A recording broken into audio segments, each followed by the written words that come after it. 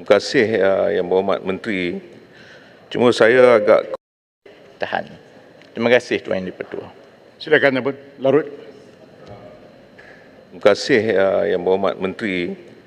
Cuma saya agak confused bila kita sebut pertumbuhan ekonomi 8.7 keseluruhannya tahun 2022. Mana mungkin dia menurun 3.8 kepada 3.5, turun pada 19, turun pada 24, sebab average-nya ini terlampau rendah daripada 8.7.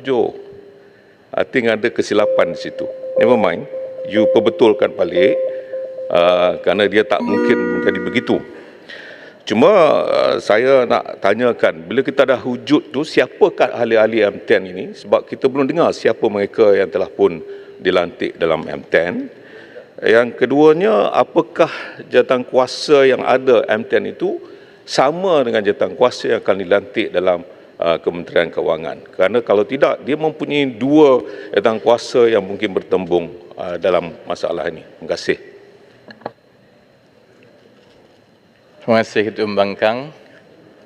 Saya bersyukur kerana seluruh negara dan dunia dapat menunjukkan bahawa Ketua Pembangkang tidak faham konsep pertumbuhan ekonomi dalam jawapan yang pertama. Pertumbuhan 8.7% itu Ketua Pembangkang, Tuan Yang di-Pertua, adalah pertumbuhan tahunan. Membandingkan saiz ekonomi kita dalam 2022 berbanding dengan 2021. Oleh kerana 2021 itu kita sedang mengalami lockdown, maka ekonomi ditutup, sudah tentu perbelanjaan dan juga pertumbuhannya itu jauh lebih rendah. Bila dibanding dengan 2022, dibanding asas yang rendah, jadi nampak lebih tinggilah 8.7%. Tetapi untuk perancangan ekonomi, kita juga kena lihat bagaimana ekonomi tumbuh dari satu suku ke suku yang seterusnya. Yang saya sebutkan tadi, Ketua Pembangkang, adalah kadar pertumbuhan dari satu suku ke suku yang seterusnya sepanjang tahun 2022, kerana itu penting untuk kita tahu adakah ekonomi kita ni semakin menurun ataupun semakin naik. Jadi itu adalah angka rasmi yang telah diumumkan oleh Bank Negara Malaysia dan juga Jabatan Statistik yang telah diterima pakai oleh dunia. Bukan saya yang perlu perbetulkan data. Ketua Pembangkang kena balik perbetulkan pemahaman mengenai pertumbuhan ekonomi. Saya nak Tuan Ketua, saya nak perbetulkan. Cuma saya kata overall pertumbuhan itu Saya bagi advantage Ketua Pembangkang. Ya, betul. Tapi jangan jadikan amalan. Tidak. Sebab saya nak perbetulkan itu kan amalan daripada kuarter ke kuarter itu saya faham. Tapi kalau kita tengok average, kalau begitu caranya, bermakna terlampau besar 8.7 itu kalau dibandingkan dengan angka average yang ada yang disebutkan tadi, quarter to quarter.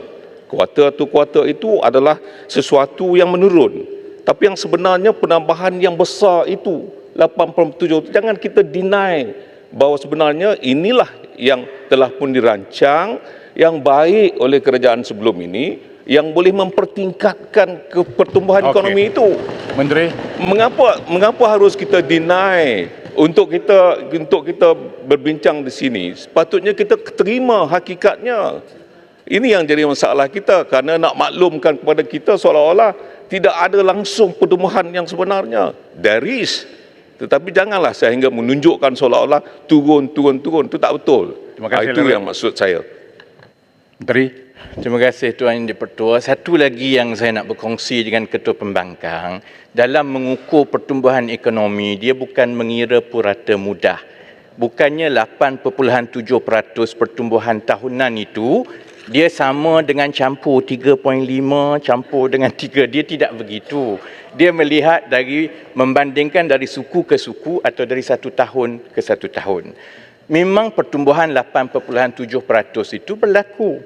Tetapi seperti yang saya sebut, asas pertumbuhan dan juga saiz ekonomi kita dalam tahun 2021 itu kecil kerana ekonomi ditutup.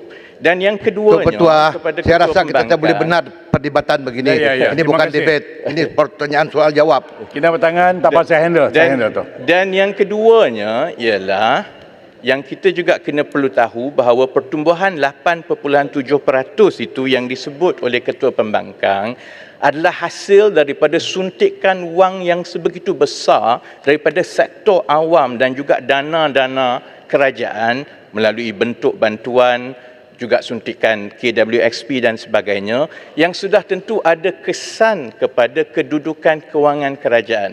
Sebab itu kita tidak boleh leka dengan pertumbuhan 8.7% dalam keadaan kita tahu bahawa dari satu suku ke satu suku untuk 4 suku yang lepas, dia sudah pun menunjukkan penurunan, dan dalam tahun 2023 kita juga akan berhadapan dengan pertumbuhan ekonomi yang lebih perlahan. Dan sedikit saja untuk menjawab soalan mengenai M10 ya, oleh Ketua Pembangkang, pelantikan anggota-anggota dalam M10 akan ditentukan oleh Perdana Menteri seperti mandat yang telah diberikan oleh Jemaah Menteri, dan saya pasti akan diumumkan dalam masa yang terdekat. Terima kasih. Terima kasih.